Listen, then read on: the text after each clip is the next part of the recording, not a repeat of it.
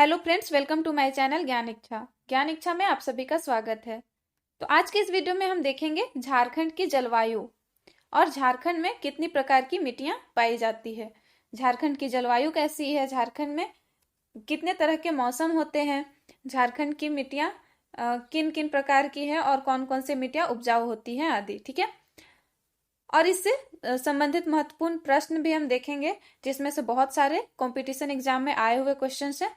तो आप लोग वीडियो को एंड तक जरूर देखें और अगर वीडियो अच्छी लगे तो वीडियो को लाइक करें, शेयर करें और चैनल को सब्सक्राइब करें और बेल आइकन को भी टैप कर ले ताकि आने वाले हर वीडियो की नोटिफिकेशन आप सबको मिलती रहेगी। तो चलिए देखते हैं क्वेश्चन नंबर 1। झारखंड की जलवायु कैसी है? तो इसका आंसर हो जाएगा ऑप्शन सी, उष्णकटिबंधीय मानसून। ऑप्शन सी, उष्णकटिबंधीय मानसून। नेक्स्ट देखते हैं क्वेश्चन नंबर 2। झारखंड का सबसे गर्म स्थल कौन सा है? तो इसका आंसर हो जाएगा option A, Jamshedpur. Option A, Jamshedpur. यहाँ पे कारखाने वगैरह ज्यादा हैं, इसलिए ये गर्म स्थल है। ठीक है। इसके बाद बोकारो और धनबाद में कोयला का खदान होने के कारण ये भी गर्म क्षेत्र है। नेक्स्ट देखते हैं क्वेश्चन नंबर 3। झारखंड में सर्वाधिक वर्षा कौन सी क्षेत्र में होती है? तो इसका आंसर हो जाएगा ऑप्शन ए, नेतरहाट का पठार। ऑप्शन ए, नेतरहाट का पठार। नेक्स्ट देखते हैं क्वेश्चन नंबर 4। झारखंड में औसत वार्षिक वर्षा होती है। तो औसत वार्षिक वर्षा कितनी होती है देखते हैं। तो इसका आंसर हो जाएगा ऑप्शन सी, 140 सेमी। ऑप्शन सी, 140 सेमी। कहीं कहीं पे 180 से अधिक हो जाती है। ठीक है फ्रेंड्स, अगर आपको इसका पीडीएफ चाहिए तो वो टेलीग्राम ग्रुप में मिल जाएगा, लिंक मैं डिस्क्रिप्शन में शेयर कर दूंगी, आप वहां से डाउनलोड कर सकते हैं। तो चलिए नेक्स्ट क्वेश्चन देखते हैं, क्वेश्चन नंबर 5। झारखंड में वर्षा किस मानसून से होती है? तो इसका आंसर हो जाएगा ऑप्शन बी, दक्षिण पश्चिम मानसून। ऑप्शन बी, दक्षिण पश्चिम मानसून। और ये क्वेश्चन जेपीएससी 2010 में आया हुआ है। ठीक है, जेपीएससी 2010 में। नेक्स्ट देखते हैं क्वेश्चन नंबर 6। झारखंड राज्य में कितने प्रकार के जलवायु क्षेत्र मौजूद हैं? तो इसका आंसर हो जाएगा ऑप्शन सी, 7। Option C, 7। 7 प्रकार के जलवायु क्षेत्र मौजूद है। कौन कौन से हैं देखते हैं। उत्तरी व उत्तरी पश्चिमी क्षेत्र, मध्यवर्ती क्षेत्र, पूर्वी संथाल परगना क्षेत्र, पूर्वी सिंहभूम क्षेत्र, पश्चिमी सिंहभूम का पश्चिमी क्षेत्र, रांची हजारीबाग का पठार क्षेत्र और पाट क्षेत्र। ये 7 है जलवायु क्षेत्र। ठीक है। उत्तरी व उत्तरी पश्चिमी क्षेत्र ये महाद्वीपीय प्रकार है। महाद्वीपीय प्रकार है। इस जलवायु क्षेत्र का विस्तार कहाँ कहाँ है देखते हैं हम मैप के सहारे। ठीक है, ये है पलामू, गढ़वा, चतरा और हजारीबाग जिले के मध्यवर्ती भाग में, और इधर गिरिडीह और संथाल परगना के पश्चिमी भाग में। ठीक है, गिरिडीह के मध्यवर्ती भाग में और संथाल परगना के पश्चिमी भाग में देवघर, और यहाँ पे उत्तरी दुमका में, दुमका के उत्तरी भाग में, और इधर गोड्डा में। तो ये क्षेत्र है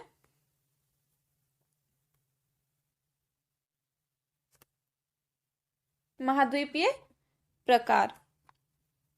ऐसे क्षेत्र में ठंड के मौसम में ज्यादा ठंड और गर्मी के मौसम में ज्यादा गर्मी पड़ती है। ठीक है, ये जितना है ऐसे क्षेत्र में ठंड के मौसम में ज्यादा ठंड और गर्मी के मौसम में ज्यादा गर्मी पड़ती है।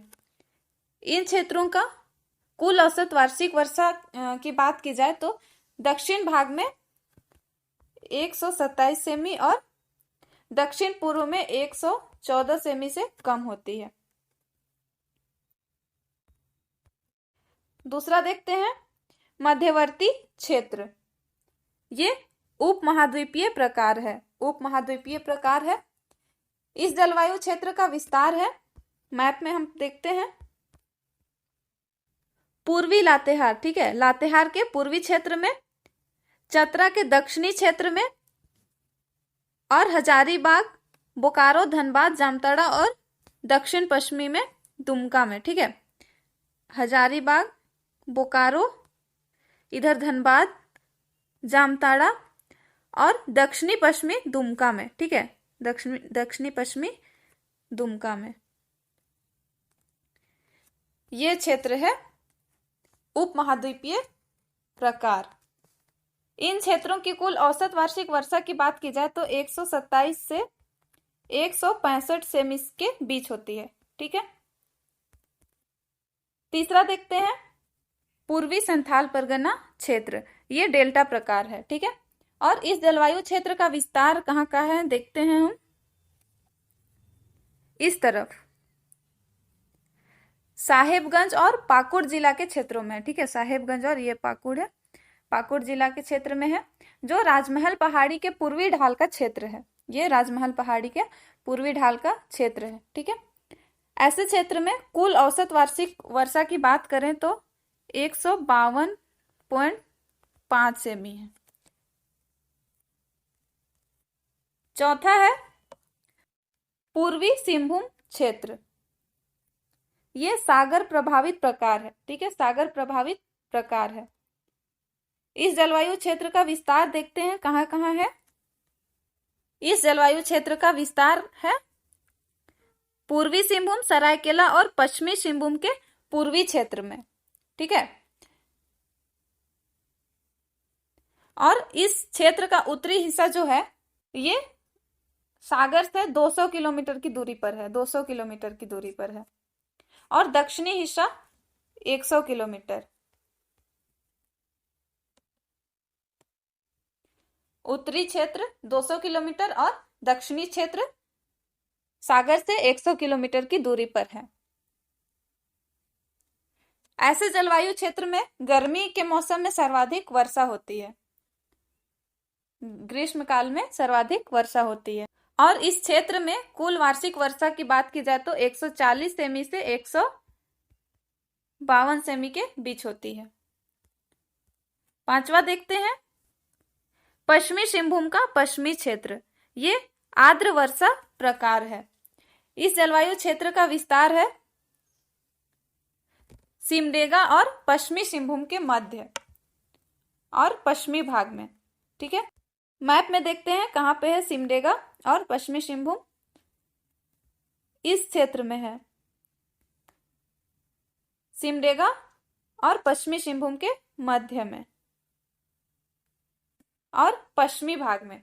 ठीक है, इस क्षेत्र में कुल औसत वार्षिक वर्षा की बात की जाए तो 152.5 सेमी से अधिक है।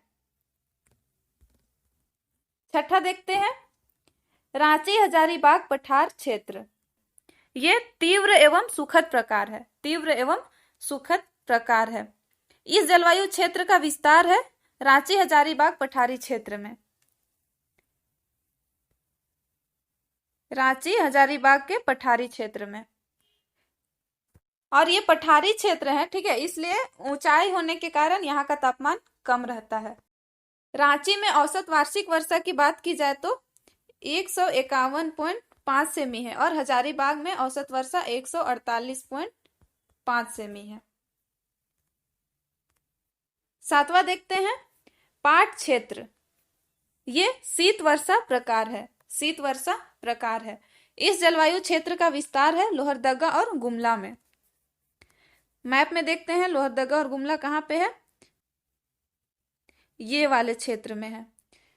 ये इस जलवायु क्षेत्र का विस्तार लोहरदगा और गुमला में है। ये जो क्षेत्र है लोहरदगा और गुमला ये रांची पठार की तरह ही है, लेकिन यहाँ रांची पठार से अधिक ठंड रहती है। ठीक है, ऐसे क्षेत्र में अधिक वर्षा होती है। तो इससे संबंधित हम क्वेश्चन देखते हैं। चलिए नेक्स्ट क्वेश्चन, झारखंड राज्य के किस क्षेत्र में सबसे कम वर्षा होती है? तो इसका आंसर हो जाएगा option C Chaibasa, option C Chaibasa.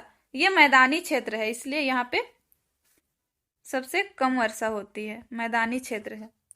Next देखते हैं क्वेश्चन नंबर 8, झारखंड में मुख्यतः कितने प्रकार के मौसम या ऋतु पाए जाते हैं? तो इसका आंसर हो जाएगा ऑप्शन डी, 3 प्रकार। नेक्स्ट देखते हैं क्वेश्चन नंबर 9। झारखंड के किस क्षेत्र में सुखद जलवायु रहती है? तो इसका आंसर हो जाएगा ऑप्शन ए, रांची हजारीबाग क्षेत्र में। रांची हजारीबाग के पठारी क्षेत्र में सुखद जलवायु रहती है। फ्रेंड्स, अगर आपको वीडियो अच्छी लगे तो वीडियो को लाइक करें, शेयर करें और चैनल को सब्सक्राइब करें। ठीक है, तो नेक्स्ट क्वेश्चन देखते हैं, क्वेश्चन नंबर 10।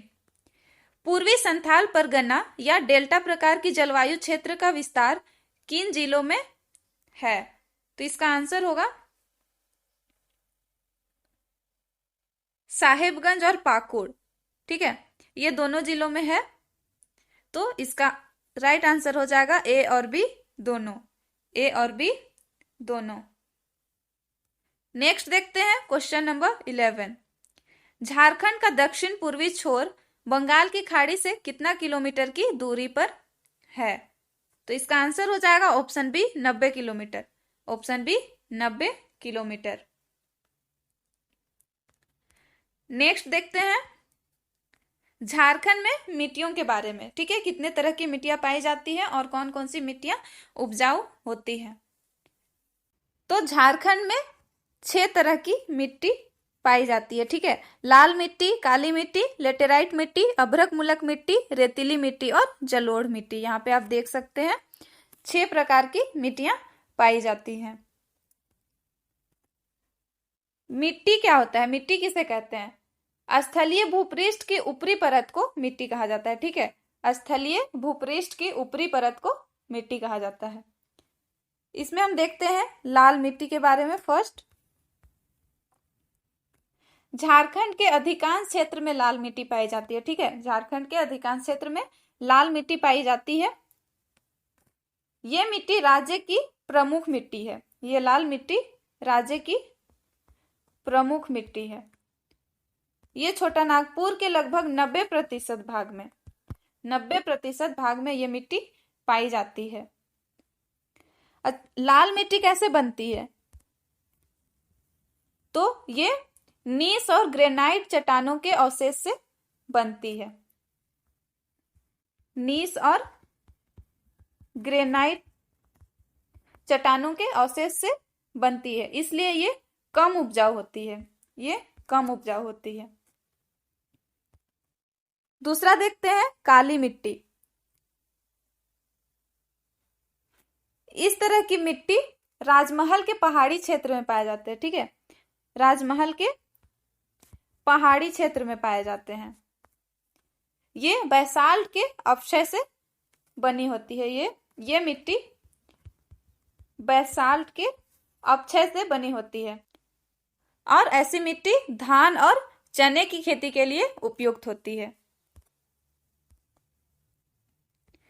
तीसरा है लेटेराइट मिट्टी। लेटेराइट मिट्टी, ये मिट्टी एकदम गहरे लाल रंग के होते हैं। ठीक है, लाल रंग के होते हैं और इसमें कंकड़ बहुत ज्यादा होता है। कंकड़ बहुत ज्यादा होता है। ये रांची के पश्चिमी क्षेत्र, पलामू के दक्षिणी क्षेत्र, संथाल परगना के पूर्वी राजमहल के क्षेत्र और सिंहभूम के ढालभूम के दक्षिणी पूर्व क्षेत्र में पाए जाते हैं। ठीक है, रांची के पश्चिमी क्षेत्र, पलामू के दक्षिणी क्षेत्र, संथाल परगना के पूर्वी राजमहल के क्षेत्र और सिंहभूम के ढालभूम इसके दक्षिण पूर्वी क्षेत्र में पाए जाते हैं। नेक्स्ट है अभ्रक मुलक मिट्टी। अभ्रक मुलक मिट्टी, ये अभ्रक की खान जो रहता है वहां से अपक्षय के कारण उसके जो आसपास के क्षेत्र हैं वहां पे ऐसी मिट्टी पाई जाती है। ठीक है, अभ्रक के खान से अपक्षय के कारण उसके आसपास के क्षेत्रों में ऐसी मिट्टी पाई जाती है और इस मिट्टी का रंग हल्का गुलाबी होता है। हल्का गुलाबी होता है। ये मिट्टी कोडरमा, बड़का गांव, झुमरी तिलैया आदि क्षेत्र में पाए जाते हैं। नेक्स्ट है रेतीली मिट्टी। रेतीली मिट्टी। ये मिट्टी का रंग लाल और पीला का मिश्रण होता है, ठीक है, लाल और पीला रंग का मिश्रण होता है। ये मिट्टी हजारीबाग के पूरब में, हजारीबाग क्षेत्र के पूरब में और धनबाद में पाई जाती है। और ऐसी मिट्टी मोटे अनाजों की खेती के लिए उपयुक्त होती है। ऐसी मिट्टी जो है वो मोटे अनाजों के खेती के लिए उपयुक्त होती है। नेक्स्ट है जलोढ़ मिट्टी। जलोढ़ मिट्टी ये झारखंड में पाई जाने वाली मिट्टियों में सबसे नवीन मिट्टी है, ठीक है। झारखंड में जितनी मिट्टियां पाई जाती है उसमें सबसे नवीन मिट्टी है जलोढ़ मिट्टी। और ये मिट्टी राज्य के उत्तरी सीमावर्ती भाग और संथाल परगना के पूर्वी किनारों अर्थात साहेबगंज और पाकुड़ में पाए जाते हैं, ठीक है। साहेबगंज और पाकुड़ के पूर्वी किनारों पर पाई जाती है और ये काफी उपजाऊ होती है। जलोढ़ मिट्टी काफी उपजाऊ होती है, ठीक है। इसमें धान और गेहूं की खेती, धान और गेहूं की खेती के लिए बहुत उपयुक्त होती है। तो चलिए इससे संबंधित कुछ क्वेश्चन देखते हैं हम। क्वेश्चन नंबर 12, झारखंड की सर्व प्रमुख मिट्टी है। तो इसका आंसर हो जाएगा ऑप्शन ए लाल मिट्टी, ऑप्शन ए लाल मिट्टी। नेक्स्ट देखते हैं क्वेश्चन नंबर 13, झारखंड में पाई जाने वाली मिट्टियों में सबसे नवीन मिट्टी कौन सी है। तो इसका आंसर हो जाएगा, अभी हम लोग देखे थे कौन सी मिट्टी है नवीन मिट्टी, आंसर होगा ऑप्शन डी जलोढ़ मिट्टी, ऑप्शन डी जलोढ़ मिट्टी। नेक्स्ट देखते हैं क्वेश्चन नंबर 14, CAMPA से क्या तात्पर्य है। तो इसका आंसर हो जाएगा ऑप्शन बी झारखंड प्रतिपूरक वनीकरण कोष प्रबंधन एवं योजना प्राधिकरण। ये क्वेश्चन JPSC 2016 में आया हुआ है। नेक्स्ट देखते हैं क्वेश्चन नंबर 15, दामोदर घाटी में मुख्य रूप से किस प्रकार की मिट्टी पाई जाती है। तो इसका आंसर हो जाएगा ऑप्शन डी लाल मिट्टी, ऑप्शन डी लाल मिट्टी। नेक्स्ट क्वेश्चन देखते हैं क्वेश्चन नंबर 16, झारखंड के किस भाग में धात्विक गुणों वाली मिट्टी की प्रधानता है। तो इसका आंसर हो जाएगा ऑप्शन बी पश्चिमी सिंहभूम, ऑप्शन बी पश्चिमी सिंहभूम। नेक्स्ट देखते हैं क्वेश्चन नंबर 17, ये क्वेश्चन अपवाह प्रणाली से है, ठीक है। पिछले वीडियोस में ये क्वेश्चन छूट गया था तो वो मैं इसमें लेकर आई हूं। तो क्वेश्चन है हुंडरू जलप्रपात किस नदी पर स्थित है। तो इसका आंसर हो जाएगा ऑप्शन डी स्वर्णरेखा नदी, ऑप्शन डी स्वर्णरेखा नदी। नेक्स्ट देखते हैं क्वेश्चन नंबर 18, हजारीबाग का सूरज कुंड झारखंड का सबसे ज्यादा गर्म पानी का स्रोत है, इसका तापमान क्या है।